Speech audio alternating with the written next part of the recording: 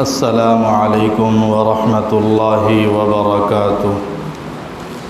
الحمد للہ وکفی وسلام علی عبادہ الذین اصطفی، اما بعد فاعوذ باللہ من الشیطان الرجیم، بسم اللہ الرحمن الرحیم۔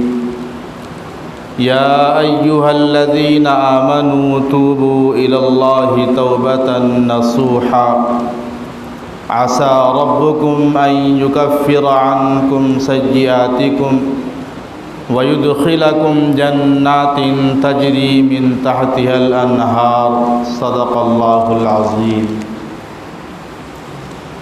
میرے محترم بزرگوں، نوجوان ساتھیوں،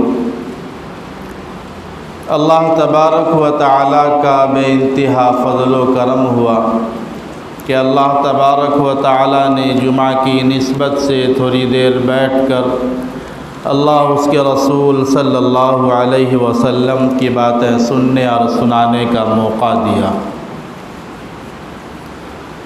آج جمعۃ الوداع بھی ہے اور اسی طریقے سے رمضان کا آخری عشرہ بھی چل رہا ہے، اس لیے آج کئی عنوان سے گفتگو کرنی ہے۔ سب سے پہلے تو جمعۃ الوداع، پھر دوسرا تا قرات اور شب قدر کی اہمیت و فضیلت، اسی طریقے سے زکوٰۃ کی فرضیت، پھر جو لوگ روزہ نہیں رکھے کسی مرض کی وجہ سے، کسی بیماری کی وجہ سے، ان کے لیے فدیہ کیسے ادا کریں، پھر یہ زکوٰۃ کی رقم اور فدیے کی رقم کس کو دینا ہے، اس کے بعد پھر فطرہ، صدقہ فطر کیسے ادا کرنا ہے، کن کن کی طرف سے ادا کرنا ہے، یہ ساری تفصیلیں مختصر انداز میں آپ کے سامنے آئے گی۔ سب سے پہلی بات تو یہ کہ یہ آخری عشرہ چل رہا ہے، یعنی رمضان المبارک ختم پہ ہے۔ جن لوگوں نے اس مہینے کی قدر کی، روزوں کا اہتمام کیا، تراویح اور تلاوت کا اہتمام کیا، خوش نصیب ہے، مبارکباد کے قابل ہیں۔ دوسری بات، اس اخیر عشرے میں تا راتوں میں جاگنے کا اہتمام ہمیں کرنا چاہیے، شب قدر کو تلاش کرنا چاہیے، اور اس اخیر عشرے میں ایک دعا ہے، اللہم انک عفو تحب العفو فاعف عنی، اس کا کثرت سے ورد کرنا چاہیے۔ اللہم انک عفو تحب العفو فاعف عنی یا کریم۔ اس کا مطلب یہ ہے کہ اللہ، آپ گنہگاروں کو گناہ معاف کرتے ہیں، آپ گناہ معاف کرنے کو پسند کرتے ہیں، آپ میری گناہوں کو معاف کر دیجئے۔ یہ عشرہ اللہ سے معافی مانگنے، مغفرت طلب کرنے کا ہے، بخشش مانگنے کا ہے، جنت طلب کرنے کا ہے، جہنم سے پناہ مانگنے کا ہے۔ اس لیے ہم دعاؤں میں اللہ سے جہنم سے پناہ مانگیں اور جنت کو طلب کریں، بخشش مانگیں، مغفرت کی دعا کریں، اللہ ہمارے گناہوں کو معاف کر دے گا۔ میں نے خطبے میں قرآن پاک کی جو آیت تلاوت کی وہ اسی مناسبت سے، یا ایھا الذین آمنوا توبوا الی اللہ توبۃ نصوحا۔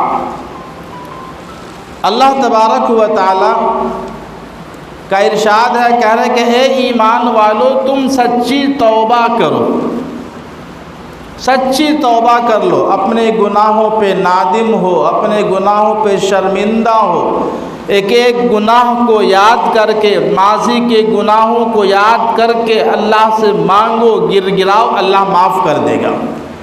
یا ایھا الذین آمنوا توبوا الی اللہ توبۃ نصوحا عسى ربکم ان یکفر عنکم سیئاتکم ویدخلکم جنات تجری من تحتها الانہار۔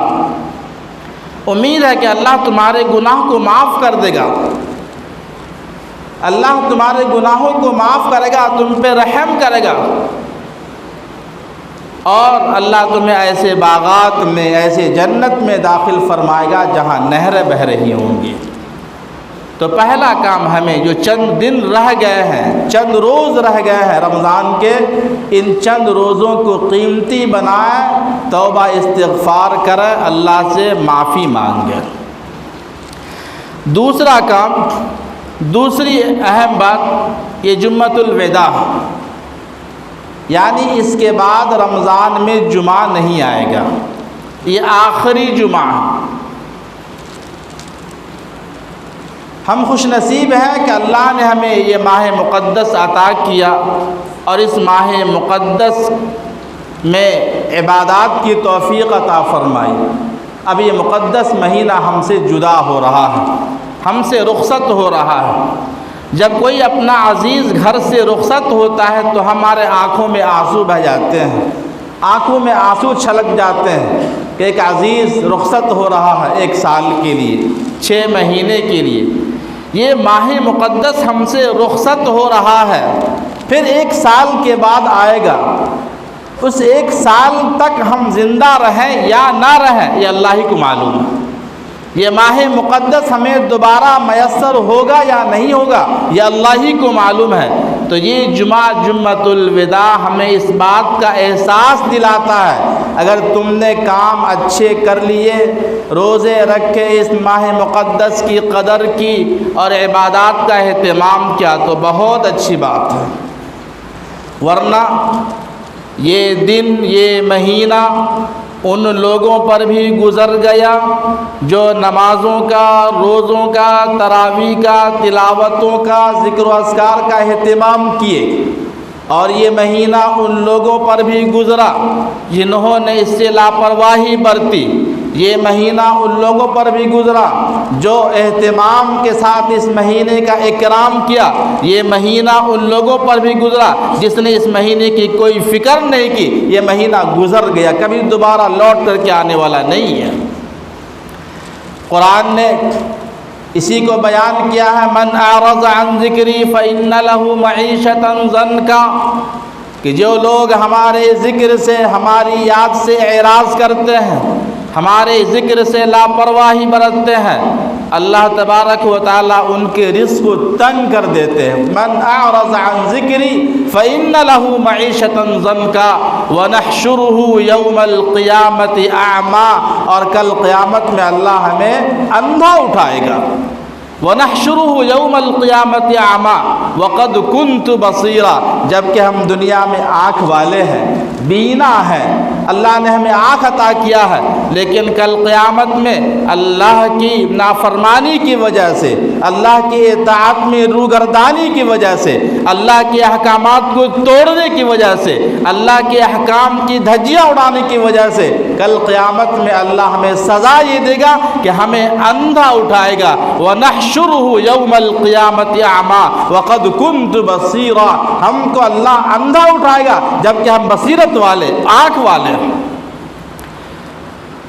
قَالَ كَذَلِكَ أَتَتْكَ آيَاتُنَا فَنَسِيتَهَا وَكَذَلِكَ الْيَوْمَ تُنسَىٰ، لوگ سوال کریں گے اللہ سے، قَالَ لِمَ حَشَرْتَنِي أَعْمَىٰ وَقَدْ كُنْتُ بَصِيرًا، اے اللہ آپ نے ہمیں اندھا کیوں اٹھایا جبکہ ہم آنکھ والے تھے؟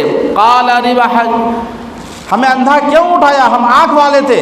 اللہ فرمائے گا قَالَ كَذَلِكَ أَتَتْكَ آيَاتُنَا فَنَسِيتَهَا وَكَذَلِكَ الْيَوْمَ تُنسَىٰ، کہ ہمارے آیتیں، ہماری نشانیاں تمہارے پاس آئی تھی، تم نے اس سے روگردانی کی، اس کو بھلا دیا، آج تمہارا حشر یہ ہوگا۔ اس لیے میرے محترم بزرگوں اور دوستو، ہمیں ندامت کے آنسو بہانا ہے، ایسا نہ ہو کہ کل قیامت میں اللہ ہمارا یہی حشر کر دے۔ اللہ فرماتا ہے فَمَنْ زُحْزِحَ عَنِ النَّارِ وَأُدْخِلَ الْجَنَّةَ فَقَدْ فَازَ۔ کامیاب کون ہے؟ ہم اور آپ سمجھتے ہیں کہ ہم پیسے کما لیے کامیاب ہو گئے، بنگلہ بنا لیے کامیاب ہو گئے، کوٹھیاں بنا لیے کامیاب ہو گئے۔ نہیں، کامیابی کو اللہ نے بتایا فَمَنْ زُحْزِحَ عَنِ النَّارِ وَأُدْخِلَ الْجَنَّةَ فَقَدْ فَازَ، کہ جو جہنم سے بچا لیا گیا اور جنت میں داخل کر دیا گیا وہ کامیاب ہے۔ فقد فاز، یہ اصل کامیابی ہے۔ دنیاوی جو کامیابی ہے وقتی کامیابی ہے، دنیاوی کامیابی فنا ہونے والی کامیابی ہے، ختم ہونے والی کامیابی ہے، لیکن اللہ جس کامیابی کے بارے میں ہمیں بتا رہا قرآن کے اندر فَمَنْ زُحْزِحَ عَنِ النَّارِ، جو جہنم سے بچا لیا گیا، وَأُدْخِلَ الْجَنَّةَ فَقَدْ فَازَ، اور جنت میں داخل کر دیا گیا، فقد فاز، وہ کامیاب ہے۔ اس کامیابی کے لیے ہمیں اعمال صالحہ کرنا پڑے گا، نیک اعمال کرنا پڑے گا۔ یہ دو باتیں جو ابتدائی تھی میں نے عرض کر دی، پہلا اخیر عشرے میں توبہ استغفار کا اہتمام، اور یہ جمعۃ الوداع ہے، نیکی کیے ہیں تو بہت خوشی کی بات ہے، اگر خدا نخواستہ لاپرواہی کیے تو افسوس کا مقام ہے۔ تیسرا اہم موضوع زکوٰۃ ہے۔ زکوٰۃ ہر مالدار پہ جو صاحب نصاب ہے اس پہ فرض۔ اسلام کے رکن میں سے ایک رکن زکوٰۃ بھی ہے۔ جیسے نماز پڑھنا ایک رکن ہے، حج کرنا ایک رکن ہے، روزہ رکھنا ایک رکن ہے، انہی رکنوں میں سے ایک رکن زکوٰۃ دینا بھی ہے۔ زکوٰۃ سب پہ فرض نہیں، زکوٰۃ صرف مالداروں پہ فرض ہے۔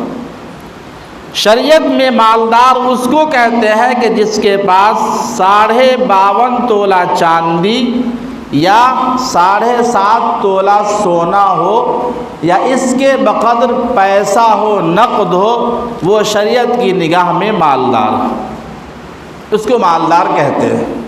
اب اس مالدار پر زکوٰۃ فرض ہے۔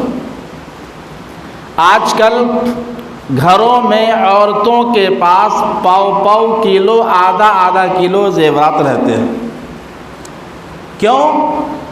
اس لیے کہ شادی کے موقع پر دولہے کی طرف سے ڈیمانڈ ہوتا ہے کہ مجھے 1.5 کلو آدھا کلو زیور چاہیے۔ اچھی بات ہے، ڈیمانڈ تھا، لے لیا، اب آپ کے گھر میں ہے، آپ کی ملکیت ہے، تو آپ کی ذمہ داری ہے کہ اس کی زکوٰۃ نکالیں۔ زکوٰۃ کیا ہے؟ زکوٰۃ نکالنے سے مال پاک ہوتا ہے، زکوٰۃ نکالنے سے مال کم نہیں ہوتا بلکہ اس میں برکت ہوتی ہے، وہ پاک ہو جاتا ہے، مال کی جو گندگی ہوتی ہے وہ نکل جاتی ہے۔ اب جو ہمارے پاس زیورات ہیں، میں مختصر انداز میں آپ سے بیان کر رہا ہوں، ان کو آپ وزن کر کے موجودہ دور میں جو قیمت ہے اس قیمت میں سے آپ کو 1,00,000 روپے میں سے 2,500 روپے زکوٰۃ نکالنا ہے۔ اب آپ کے پاس سونا 10 لاکھ کا ہے، 20 لاکھ کا ہے، 5 لاکھ کا، جتنے کا بھی ہے، آپ اسی حساب سے زکوٰۃ نکالیں گے۔ 1,00,000 روپے میں 2,500 روپے، 2,500 روپے نکالنا۔ اگر کسی کے پاس سونا ہے، چاندی نہیں ہے، اور سونا مقدار کو نہیں پہنچ رہا، یعنی 7.5 تولہ سونا نہیں ہے، تو بھی ان کو زکوٰۃ نکالنا، اس لیے کہ جتنا سونا ان کے پاس ہے اس سونے کو بیچ کر کے 52.5 تولہ چاندی خرید سکتے ہیں، اس لیے کہ چاندی کی قیمت سونے کے برابر کم ہوتی ہے، تو اس لیے ان پر بھی زکوٰۃ واجب ہے۔ کسی کے پاس سونا بھی نہیں، چاندی بھی نہیں، پیسے ہیں، وہ پیسے بینک میں ہو، گھر میں ہو، تجوری میں ہو، آپ اس کے مالک ہیں، اس پر بھی زکوٰۃ واجب ہے۔ کسی کے پاس مال تجارت ہے، تاجر ہے، تجارت کرتا ہے، تو مال تجارت پر بھی زکوٰۃ واجب ہے۔ اب مال تجارت پر زکوٰۃ کیسے نکالیں گے؟ اندازہ یہ کریں گے کہ آج ہم اگر اس اپنے دکان کے سارے مال کو بیچتے ہیں ایک ساتھ تو کتنی قیمت ہم لگائیں گے۔ یہ فیصلہ اپنے اوپر رہتا ہے۔ اگر میں اپنا کاروبار ختم کرنے کے لیے یا پھر اپنا پورا مال ایک ساتھ آج بیچ دینا چاہتے ہیں تو کتنی قیمت میں بیچیں گے، وہی قیمت کا اندازہ لگا کر کے ہر 1,00,000 روپے پہ 2,500 روپے زکوٰۃ نکالنا ہے۔ قرآن پاک کے اندر اللہ تبارک و تعالیٰ نے جہاں جہاں نماز کا تذکرہ فرمایا ہے، جہاں جہاں نماز کا بیان فرمایا، وہی ساتھ ہی ساتھ زکوٰۃ کا بیان فرمایا۔ اقیموا الصلاۃ وآتوا الزکاۃ، نماز قائم کرو، زکوٰۃ ادا کرو۔ اقیم الصلاۃ وآت الزکاۃ، نماز قائم کرو اور زکوٰۃ دو۔ جہاں جہاں اللہ نے نماز کا تذکرہ کیا وہاں ساتھ ہی ساتھ زکوٰۃ کا بھی تذکرہ کیا ہے۔ اس سے بھی زکوٰۃ کی اہمیت کا اندازہ ہوتا ہے۔ زکوٰۃ اگر کوئی نہیں دیتا ہے جان بوجھ کر کے، دینے والوں کے لیے تو ثواب ہے، مال پاک ہوگا، مال صاف ہوگا، مال میں برکت ہوگی، مال ضائع نہیں ہوگا، مال گھٹے گا نہیں، برباد نہیں ہوگا، چوری نہیں ہوگی، گم نہیں ہوگا، ساری فضیلتیں ہیں۔ لیکن اگر کوئی زکوٰۃ نہیں دیتا ہے سرے سے، صاحب نصاب ہونے کے باوجود، مالدار ہونے کے باوجود، تو اس کے لیے قرآن پاک کے اندر وعیدہ بھی بہت آئی ہے، وعید آئی ہے۔ قرآن کہتا ہے والذین یکنزون الذهب والفضة ولا ينفقونها في سبیل اللہ فبشرهم بعذاب علیم۔ جو لوگ سونا اور چاندی کو جمع کر کر کے رکھتے ہیں، ولا ينفقونها في سبیل اللہ، اور وہ اللہ کے راستے میں خرچ نہیں کرتے ہیں، فبشرہم بعذاب علیم، ان کو دردناک عذاب کی خوشخبری دے دیجئے۔ اللہ کہہ رہا ہے یکنزون الذہب، ذہب کہتے ہیں سونا کو، والفضہ، فضہ کہتے ہیں چاندی کو، والذین یکنزون الذہب والفضہ، جو سونا اور چاندی کو جمع کیے ہوئے ہیں، ولا ينفقونها فی سبیل اللہ، اور اس میں سے اللہ کے راستے میں خرچ نہیں کرتے، فبشرہم بعذاب علیم، ان کو دردناک عذاب کی خوشخبری دے دیجئے۔ کیا دردناک عذاب ہے؟ اللہ نے خود آگے بیان فرمایا یوم یحمى علیہا فی نار جہنم فتکوی بہا جباہہم وظہورہم ھذا ما کنزتم لانفسکم فذوقوا ما کنتم تکنزون۔ کل قیامت میں اللہ تبارک و تعالیٰ ان سارے زیورات کو، سارے مال کو جمع کرے گا اور جمع کر کے جہنم کے آگ میں دہکائے گا، اور جب وہ آگ کی شکل اختیار کر لے گا، اس آگ سے انسان کے پیشانی کو داغا جائے گا، اس کے پہلو کو داغا جائے گا، اس کے پیٹھ کو داغا جائے گا۔ یوم یحمى علیہا فی نار جہنم فتکوی بہا جباہہم وظہورہم، داغا جائے گا، پھر کہے گا مزہ چکھو فذوقوا ما کنتم تکنزون، مزہ چکھو اس خزانے کی جس خزانے کو تم جمع کر کے رکھا کرتے تھے۔ علماء نے یہاں بیان کیا ہے کہ پیشانی کو کیوں داغا جائے گا، پہلو کو کیوں داغا جائے گا، پیٹھ کو کیوں داغا جائے گا، وجہ بیان کی ہے۔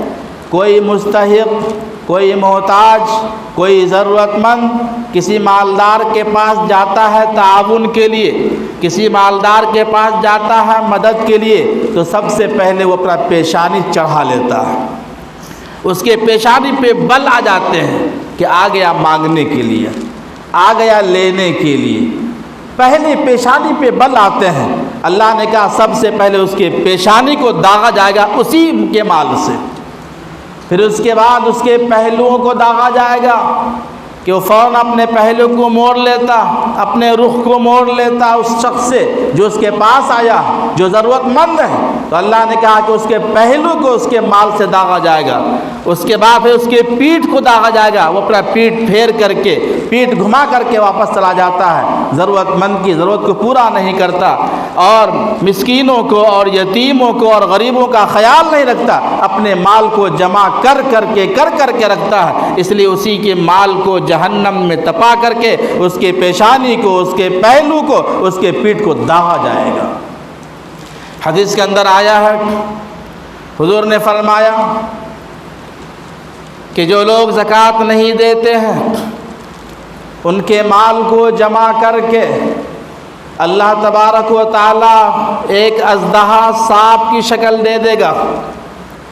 اژدہا سانپ گنجا ہوگا، سانپ کا گنجا ہونا یہ مثال دی جاتی ہے اس کے انتہائی زہریلے پن کا۔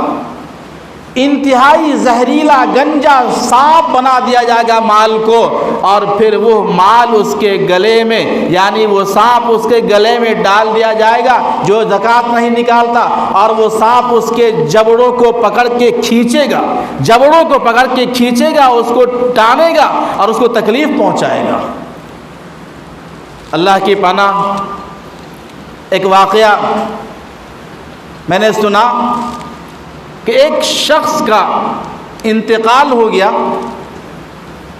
تو پڑوس کے لوگ اس شخص کے بھائی کے گھر پہ آئے کہ تاکہ پرسہ دیا جائے، تو دیکھا کہ وہ بھائی پریشان تھا،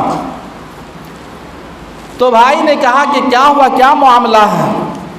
کہا کہ میرے بھائی کا انتقال ہو گیا، لیکن میرا بھائی آگ میں جل رہا ہے، اس کو سزا دی جا رہی ہے، بہت پریشان ہے۔ کہا تم کو کیسے معلوم ہوا؟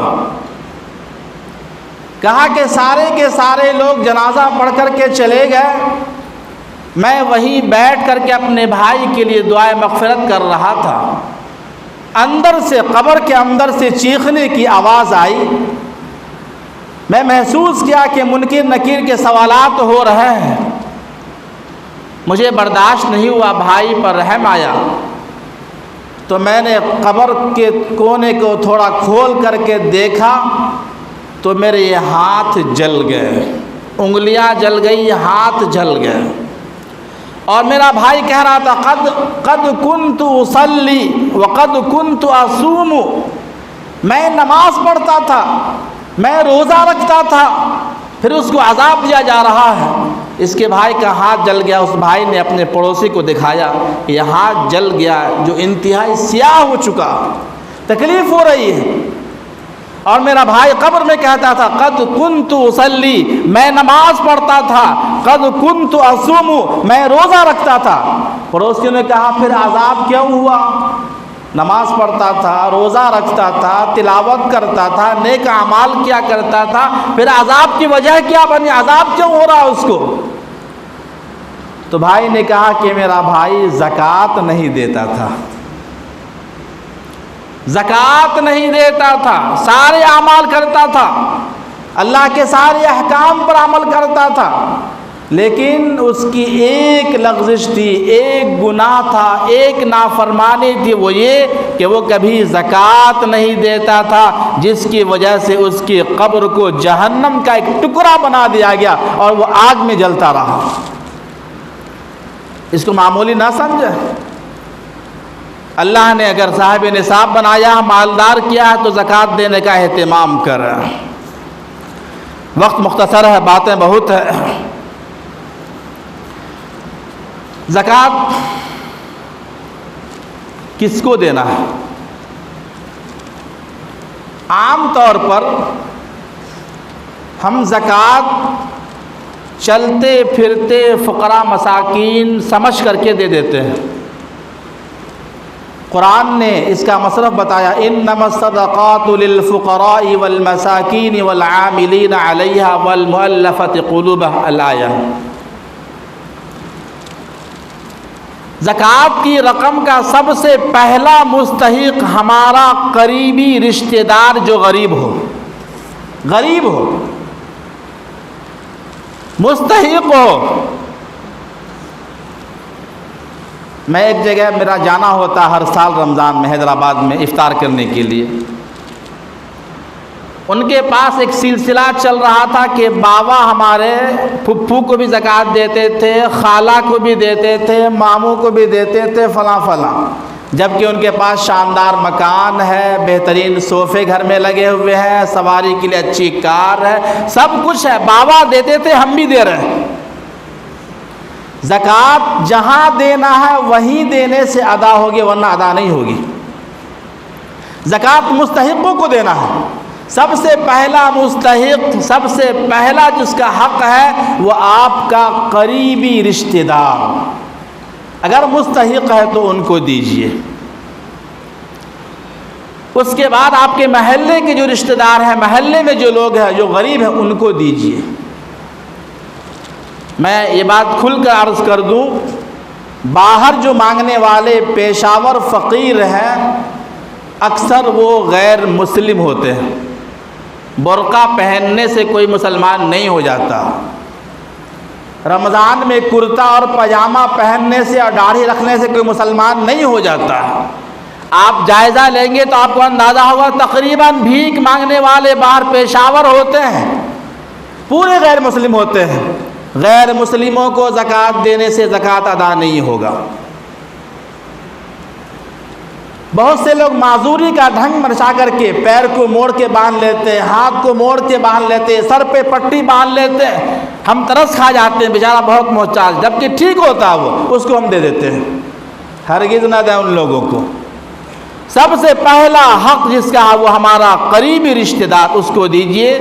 محلے میں کوئی غریب ہے ہم جانتے ہیں، اس کو دیجئے، یا جو میرے علم میں ہے جو غریب ہے ان کو دیجئے. یا نہیں تو سب سے اچھا مصرف دینی مدارس. دینی مدارس میں بھی وہاں دیجیے جہاں دارالاقامہ کا نظم ہے، جہاں طلبہ ہاسٹل میں رہتے ہیں، جہاں 3 وقت کا کھانا پکتا ہو، مطبخ کا نظام ہو، 100-200 بچے پڑھتے ہوں، وہاں دیجیے. مدارس میں دینے کے 2 فائدے ہوتے ہیں، ایک تو زکوٰۃ کی ادائیگی ہوگی اور دوسرا بچہ دینی تعلیم حاصل کرے گا، حافظ قرآن بنے گا، عالم دین بنے گا، مفتیان کرام بنے گا. وہی آپ کا کبھی خطیب ہوگا، کبھی امام ہوگا، تو آپ کا جو ہے کوئی مؤذن ہوگا. دینی مدارس کو دینا سب سے اہم عافیت کی بات ہے. میرے محترم بزرگوں اور دوستوں، تو زکوٰۃ نکالنے کے ساتھ ساتھ زکوٰۃ دینے میں بھی احتیاط برتیں، مستحق تک زکوٰۃ پہنچائیں. زکوٰۃ دینے کے لیے ضروری نہیں کہ آپ کے پاس محتاج آئے، غریب آئے. صحیح طریقہ یہ ہے کہ ہم غریبوں تک جا کر کے زکوٰۃ کا مال پہنچائیں، ان کی مدد کریں، ان کا تعاون کریں، اور پھر تعاون کرنے کے بعد احسان نہ جتائیں، ورنہ آپ کے یہ اعمال، یہ نیکیاں غارت ہو جائے گی، ختم ہو جائے گی، برباد ہو جائے گی. اللہ کی رضا کے لیے آپ زکوٰۃ دیجئے، غریبوں کی مدد کیجئے. اس کے بعد روزے کا فدیہ. بہت سے احباب بیماری کی وجہ سے، شوگر کی وجہ سے، عمر دراز ہونے کی وجہ سے، بڑھاپے کو پہنچ جانے کی وجہ سے روزہ نہیں رکھ سکے، مجبوری ہے. قرآن نے بھی، اللہ نے بھی چھوٹ دیا ہے. ایام معدودات فمن کان منکم مریضا او علی سفر فعدۃ من ایام اخر وعلی الذین یطیقونہ فدیۃ طعام مسکین. اگر آپ بعد میں صحت مند ہو سکتے ہیں، روزہ رکھ سکتے ہیں، بہت اچھی بات، رکھ لیجیے 30 روزے. اور اگر صحت مند ہونے کی امید نہیں ہے، روزہ نہیں رکھ سکتے ہیں، تو آپ اس کا فدیہ ادا کیجیے. روزے کا فدیہ. روزے کا فدیہ یہ ہے کہ ایک مسکین کو بھر پیٹ کھانا کھلایا جائے، اور دوسرے انداز میں 1.25 کلو گیہوں یا اس کی قیمت اس کی ادا کی جائے. تو اس وقت 1.25 کلو گیہوں کی قیمت کم سے کم 100 روپے ہوتے ہیں. تو ایک روزے کا فدیہ 100 روپے کے حساب سے ہمیں 30 روزے کے 3000 روپے نکال کر غربا میں، مساکین میں، مدارس میں تقسیم کر دینا چاہیے، تو روزے نہ رکھنے کا جو وبال ہم پہ آئے گا وہ اللہ معاف کر دے گا۔ تو روزے کا فدیہ ادا کریں۔ جو لوگ یہاں سن رہے ہیں ان کے والدین اگر نہیں رکھے ہیں تو ان کی طرف سے آپ ادا کیجئے، گھر میں کوئی بڑے بزرگ ضعیف نہیں رکھے ہیں تو ان کی طرف سے آپ ادا کرنے کا اہتمام کیجئے۔ ایک آخری بات، صدقہ فطر، اس کو فطرہ کہتے ہیں ہم لوگ، یہ عید الفطر کی نماز سے پہلے ادا کرنے کا ہے۔ اگر عید الفطر کے دن بھی کوئی بچہ ہمارے گھر میں پیدا ہو تو اس کی طرف سے بھی ادا کرنا ہے۔ صدقہ فطر ہر ایک کی طرف سے ادا کرنا ضروری ہے۔ ماں باپ اپنے بچوں کا ادا کریں، بچے بڑے ہوشیار ہیں، کام کرتے ہیں تو اپنے ماں باپ کا ادا کریں۔ گھر میں جتنے افراد ہیں، گھر میں 5 افراد ہیں، گھر کا جو ذمہ دار ہے وہ 5 کی طرف سے صدقہ فطر ادا کرے گا۔ صدقہ فطر 100 روپیہ، 100 روپیہ کم سے کم ہے یہ مقدار، ورنہ کھجور کے حساب سے کرے تو الگ مقدار ہے، کشمش کے حساب سے کرے تو الگ مقدار ہے، یہ گیہوں کی مقدار ہے۔ ایک آدمی کی طرف سے 100 روپیہ ادا کرنا ہے، اور یہ صدقہ فطر عید الفطر کی نماز سے پہلے ادا کر دینا۔ اس کا فائدہ یہ ہوتا ہے، یہ جان کا صدقہ ہوتا ہے، ہم جو نیکیاں کیے ہیں اللہ اس کو قبول کرتا ہے، اس کی قبولیت کا ذریعہ بنتا ہے۔ تو یہ آخری باتیں، ان باتوں کا اہتمام کریں، اور جہاں تک ہو اپنے پیسوں کا خیال رکھیں، جہاں ضرورت ہے وہیں ادا کریں، اور ویڈیوگرافی، فوٹوگرافی اور دکھاوے سے اعراض کریں، بچیں۔ اللہ کی رضا کے لیے اللہ کے راستے میں خرچ کیجیے۔ اللہ تعالی ہم سب کو نیک اعمال کی توفیق عطا فرمائے، اللہ تعالی ہم سب کو زکوٰۃ دینے کی توفیق عطا فرمائے، اللہ تعالی ہم سب کو صدقہ فطر اور فدیہ ادا کرنے کی توفیق عطا فرمائے، اور اس آخری عشرے کا اکرام اور اہتمام کرنے کی توفیق عطا فرمائے۔ وآخر دعوانا الحمد للہ رب العالمین۔